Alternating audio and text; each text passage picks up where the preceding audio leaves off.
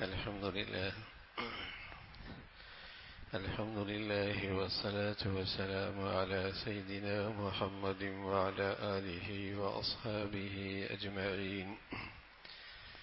الحمد لله والصلاة والسلام على سيدنا محمد وعلى آله وأصحابه أجمعين. أما بعد فأعوذ بالله من الشيطان الرجيم. بسم الله الرحمن الرحيم. لقد كان لكم في رسول الله أسوة حسنة. صدق الله العظيم.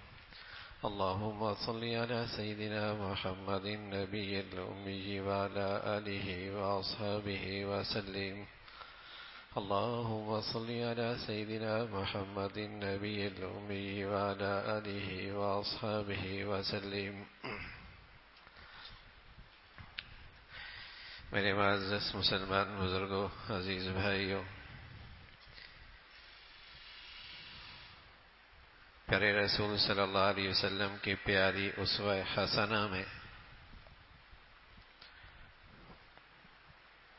ایک زندگی کا اہم پہلو ہے جس کا تعلق فرائض حقوق سے ہے.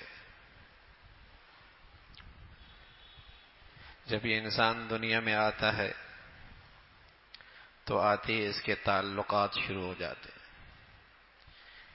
یہ کسی کا بیٹا، کسی کا بھائی، کسی کا بھتیجا، کسی کا بھانجا، اور عمر کے ساتھ ساتھ اس کے تعلقات بڑھتے چلے جاتے ہیں.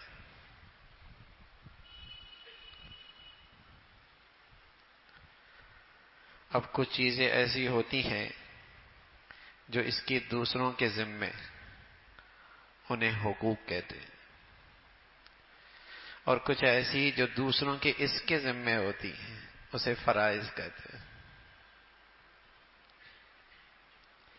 گھر کی اکائی سے لے کر معاشرہ اور سوسائٹی پرامن اور خوشگوار تبھی بنتا ہے جب اس معاشرے میں فرائض اور حقوق کی ادائیگی صحیح ہو.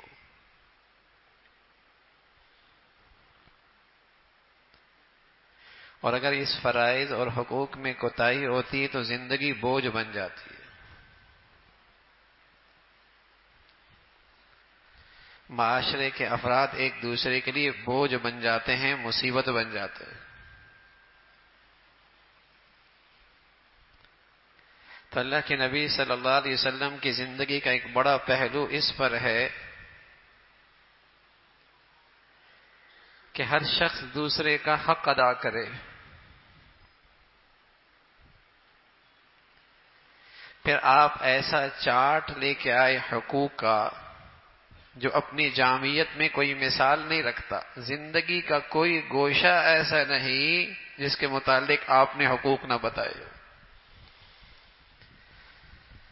باپ بیٹا ہو، میاں بیوی ہو، بہن بھائی ہو، پڑوسی ہو، شہری ہو، غریب ہو، امیر، مسلمان ہو یا کوئی انسان ہو، کسی بھی انسان کے متعلق بلکہ آپ نے تو ایسا جامع چارٹ پیش کیا کہ انسان تو انسان، آپ نے حیوانوں کے حقوق بھی بتائے.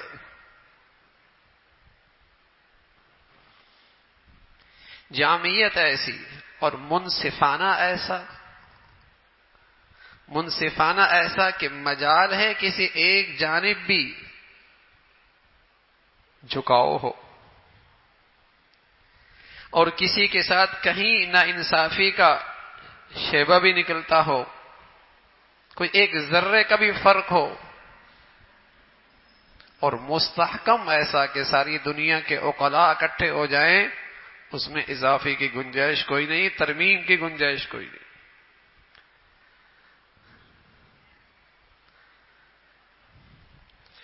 ایسا نظام لے کے آئے حقوق کا اور فرائض کا. لیکن ہماری بدقسمتی ہے جب ہم حقوق اور فرائض کی بات کرتے ہیں تو کبھی مغرب کی طرف دیکھتے ہیں، کبھی مشرق کی طرف، اور ایسی قوموں سے حقوق کا معیار چاہتے ہیں کہ بدقسمتی سے ان کی سب سے محبوب ترین غذا خنزیر ہے، مردار ہے، چوہا بلی ہے.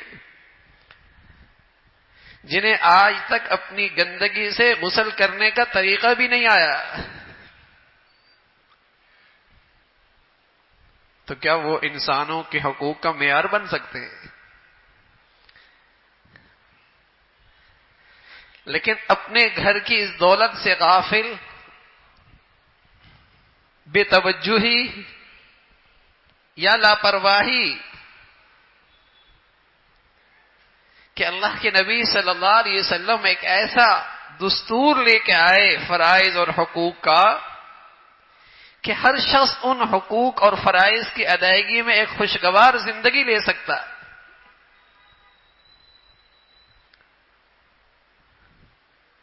اس سے بہتر نظام حقوق اور فرائض کا دنیا پیش ہی نہیں کر سکتی۔ یہاں تو ایسا ہوتا ہے کہ انسانوں کے بنائے ہوئے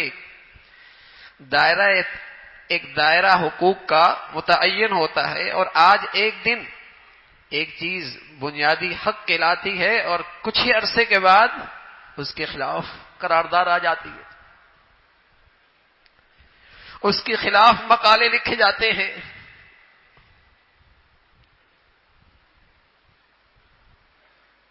تو رسول اللہ صلی اللہ علیہ وسلم فرائض اور حقوق کے سلسلے میں اپنی امت کو ایک بڑی دولت دے کر گئے اور ایک مزاج بنایا ہے، اپنے پیروکاروں کا ایک مزاج بنایا ہے کہ تمہیں حقوق طلبی کی زیادہ فکر نہ ہو، تمہیں احساس یہ ہو کہ میرے ذمے جو فرائض ہیں ان کی ادائیگی کتنی ہو رہی ہے۔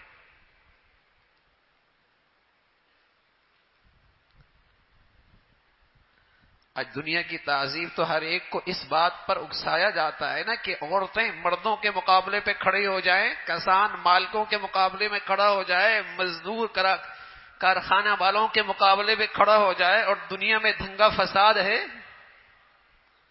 لیکن رسول اللہ صلی اللہ علیہ وسلم نے جو اپنے پیروکاروں کو جس چیز کی تلقین فرمائی ہے، احساس یہ دلایا کہ جو فرائض تمہارے ذمے ہیں تم کہاں کھڑے ہو۔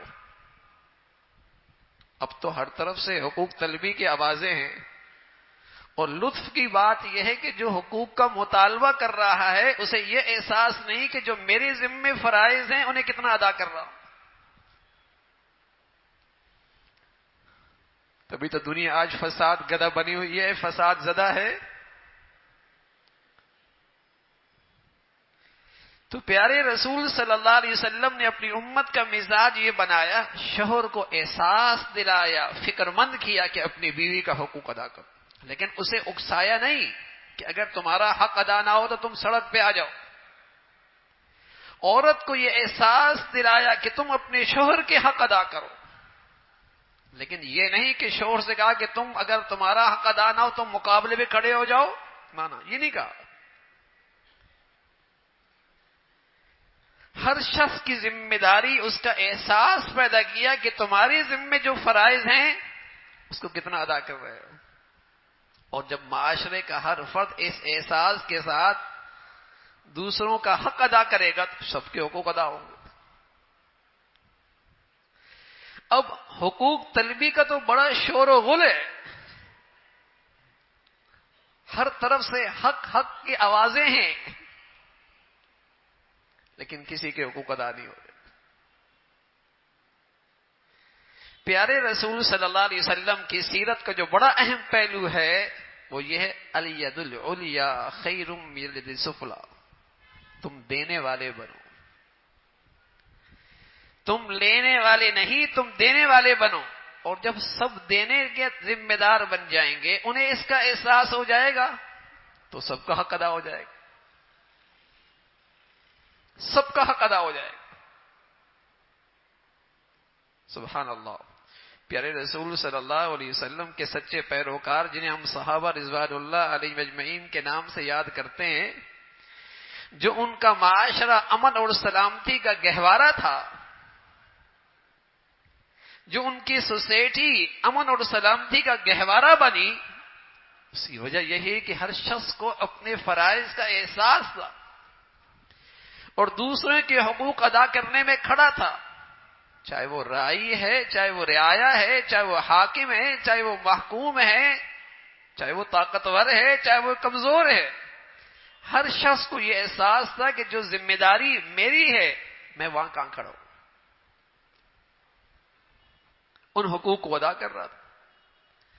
تو اللہ کے نبی صلی اللہ علیہ وسلم نے اپنی تعلیمات میں انسانی حقوق کا جو تحفظ پیش کیا ہے اور جو اس کی فکر لائی ہے، دنیا اس سے قاصر ہے۔ اور پھر صرف یہ نہیں کہ ان حقوق کی ادا کرنے کی تلقین کی ہے، بلکہ ایک شعور پیدا کیا، ایک شعور پیدا کیا کہ دیکھو اگر قانون کی رسائی تم تک نہیں اور قانون تم تک نہیں پہنچ سکتا، لیکن یہ شعور رکھنا کل تم نے بارگاہ خداوندی میں حاضر ہونا ہے، اور اللہ تعالیٰ اپنا حق تو معاف کر دیں گے، لیکن جس مخلوق کا تم نے حق تلف کیا ہے اس کی تلافی اس وقت تک ممکن نہیں جب تک کہ وہ معاف نہ کرے۔ یہ ایک شعور پیدا کیا۔ حقوق اللہ کی اہمیت بہت ہے، لیکن بعض صورتوں میں بتایا کہ حقوق العباد بعض صورتوں میں حقوق اللہ سے بھی زیادہ سنگین ہے۔ یہ احساس، یہ شعور بھی ساتھ انسانی حقوق کے ساتھ ساتھ بتایا کہ انسان کے حقوق کیا ہیں، فرائض کیا ہیں، لیکن ساتھ یہ شعور بھی پیدا کیا۔ بس اوقات خلوت ہوتی ہے، تنہائی ہوتی ہے، قانون کی رسائی نہیں ہوتی، انسان کی نظر نہیں ہوتی اور میاں بیوی ہیں۔ اب یہاں حق تلفی نہ ہو، کسی کا حق ضائع نہ ہو، قانون تو وہاں تک نہیں پہنچتا، انسان کی نظریں تو وہاں نہیں پہنچتی، لیکن اگر اللہ کا خوف ہے، بارگاہ خداوندی میں حاضری کا احساس اور یقین ہے، تو وہ اس قانون سے دور ہے، لوگوں کی نظروں سے اوجھل ہے، لیکن اس کا حق ضائع نہیں کرے، اس کے حق میں کوتاہی اور خیانت نہیں کرے گا۔ اور اللہ حفاظت فرمائے اگر یہ احساس ختم ہو جائے اور حقوق ادا کر اپنے فرائض کا احساس ہی نہ رہے، صرف حقوق طلبی کی فکر ہو، تو پھر تو اس معاشرے میں یہ ہوگا کہ جس کا زور چلے گا وہ اپنے حق سے بھی زیادہ لے بیٹھے گا۔ پھر پورا معاشرہ بددیانتی، دھاندلی اور لوٹ گسوٹ کے لپیٹ میں آ جائے گا، جس کا جہاں ہاتھ لگے گا وہاں پہنچے گا، اور جو بے بس ہے، جو مظلوم ہے، جو کمزور ہے، نہ اس کی داد ہوگی نہ داد رسی ہوگی، اس کی تو کوئی آواز نہیں سنے گا۔ تو میرے عزیزو، آج ہمارا معاشرہ اگر بدامنی کا شکار ہے، بددیانتی کا شکار ہے، حق تلفی کا شکار ہے، تو قصور کہاں ہو رہا ہے؟ قصور کہاں ہو رہا ہے کہ ہم اس محمد رسول اللہ کی زندگی سے انحراف کر رہے ہیں۔ مسئلہ صرف معاشرے کا اور سوسائٹی کا اور قومی سطح کا نہیں ہے، گھر کی دہلیز کے دیکھ لیجئے، آپس کے تعلقات کی زندگی دیکھ لیجئے، وہاں بھی ہر شخص دوسرے سے شاکی نظر آتا ہے۔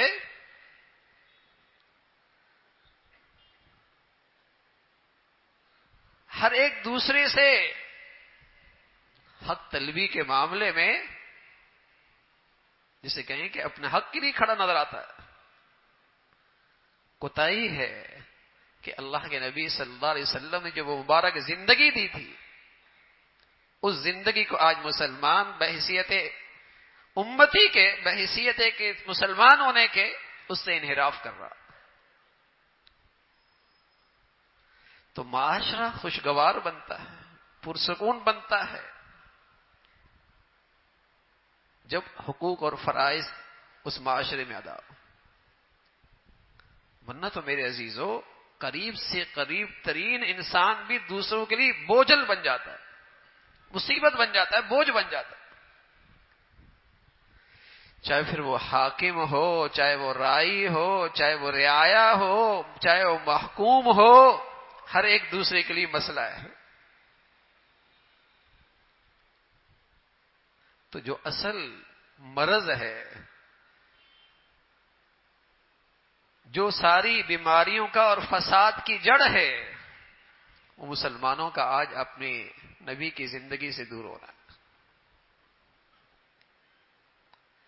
نہ صرف دور ہو گئے بلکہ وہ احساس بھی ختم ہو گیا، وہ احساس بھی ختم ہو گیا۔ سچ یہ تھی، سچی بات یہ تھی کہ مسلمانوں کا اپنے نبی کی زندگی کو لے لینا اور اسلام پر عمل کرنا صرف آخرت نہیں بننی تھی، دنیا میں بھی ترقی کرنی تھی، دنیا بھی ان کی سنورنی تھی۔ بلکہ اس سے آگے کی بات، مسلمان ترقی کرتا تو دنیا ترقی کرتی، مسلمان ترقی کرتا تو دنیا ترقی کرتی۔ لیکن چونکہ آج مسلمانوں کے اوپر زوال ہے تو دنیا آج فساد زدہ ہے۔ آج دنیا میں مسلمانوں پہ زوال ہے تو آج دنیا فساد زدہ ہے۔ مسلمان تو وہ قوم تھی جس کی ترقی سے عالم ترقی کرتا، جس کی پرسکون زندگی سے دنیا کو سکون کی خیرات ملتی۔ لیکن جو دولت اس کے پاس تھی، رسول اللہ صلی اللہ علیہ وسلم کی مبارک زندگی کی شکل میں، جس میں ہر شخص کے حقوق تھے اور جس میں ہر شخص کے ذمے فرائض تھے، باپ ہے، بیٹا ہے، حاکم ہے، رعایا ہے،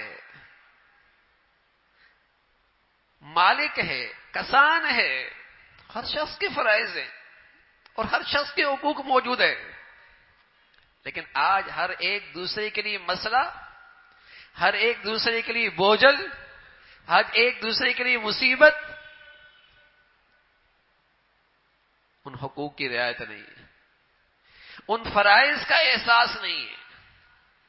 تو میرے عزیزو، نجات کا راستہ، فلاح کا راستہ، صلاح کا راستہ رسول اللہ صلی اللہ علیہ وسلم کی پیارے زندگی، آپ کی اسوہ حسنہ ہمارے لیے بہترین رہبر ہے، رہبر رہنما ہے۔ اس زندگی پہ اپنے آپ کو لے کے آ اور اس بات کا احساس کرنا کہ بحیثیت باپ کے، بحیثیت گھر کے سربراہ کے، بحیثیت بیٹے کے، بحیثیت پڑوسی کے، بحیثیت صاحب مال ہونے کے جو میرے ذمے فرائض ہیں، میں ان فرائض کو کتنا ادا کر رہا ہوں، بحیثیت شوہر کے، بحیثیت ایک شہری ہونے کے، بحیثیت ایک ملک کے فرد ہونے کے، جو میرے ذمہ داریاں ہیں، میں کتنا ادا کر رہا ہوں۔ یہ شکایت، یہ شکوہ، یہ مطالبہ تو ہر طرف سے آتا ہے کہ ہمارے حقوق ادا نہیں ہوتے، اور یہ بڑھتی چلے جائیں گے۔ یہ نہ ختم ہونے والا سلسلہ شروع ہو رہا ہے اور ہر طرف سے آواز آ رہی ہے۔ لیکن رسول اللہ صلی اللہ علیہ وسلم نے جو اپنی امت کو ایک پرامن معاشرہ، پرسکون معاشرہ، ایک پرسکون زندگی کا راز جس میں بتایا، اس کی بنیاد یہ کہ ہر شخص کو اپنے فرائض ادا کرنے ہوں، اپنی ذمہ داریاں پوری کرنی ہوں گی۔